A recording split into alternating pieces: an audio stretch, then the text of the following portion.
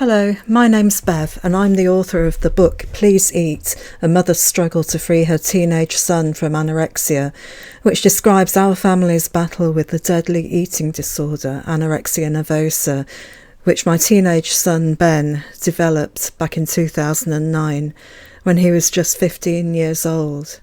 This blog post is from the 26th of February 2011 and it's called "We seem to have reached a temporary plateau." After 4 months of forging forward, Ben has reached a plateau and seems to be going neither forwards nor, thankfully, backwards in his fight to recover from anorexia. He is still gradually putting on weight, but he's reached the stage where he thinks his current weight is okay and he can't see any reason why he needs to put on any more.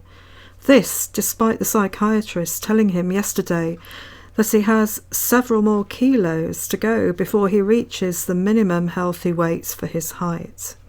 His mood has dipped too, so we're trialling an increased dose of the antidepressants to see if A, that lightens his mood a bit, B, gives him the leg up he needs to move on to the next stage, and C, sleep better. The problem at the moment is that he's lost his motivation. After months of being chained to anorexia, it's taken so much effort to get where he is that when he looks ahead and sees how far he still has to go, I think it seems like an impossible task. We reminded him of how far he has come. This week it's been evident in the kind of food he's been happily eating, stuff which would have freaked him out only 10 months or so ago.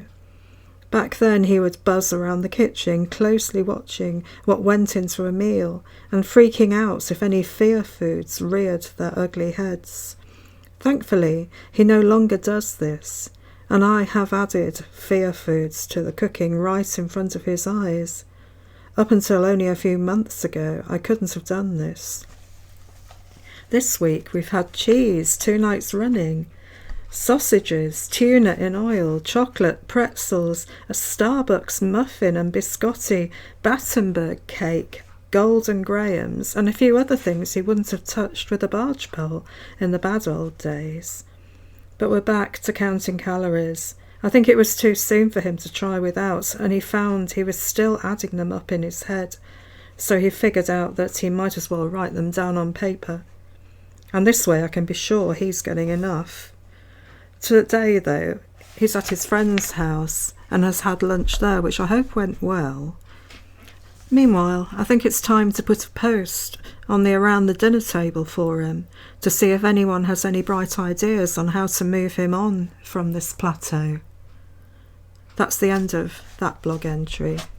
I'll just add that yet again I'm talking about the Around the Dinner Table forum, and at every stage of Ben's recovery it was absolutely fantastic to know I could put a post about the latest problems we were facing, to see what other parents were doing and what had worked for them or what hadn't worked for them as well. And this was to prove massively helpful in the final push to get Ben recovered from his eating disorder, as you'll find out over the next few weeks of listening to these blog posts. The thing about Around the Dinner Table is that in the unlikely event that parents don't have ideas of solutions, at least you know there's someone else who's been through it or is going through it at the same time as you. You are not alone. And that comradeship and support was something that I found absolutely amazing, and I seriously don't know what I would have done without them. I really, really don't know. So if you're a parent of a young person facing an eating disorder, then I urge you to at least give Around the Dinner Table a try. You'll find a link to the forum and to its parents' website, which is called Feast, below in the information below this video. So thanks for listening.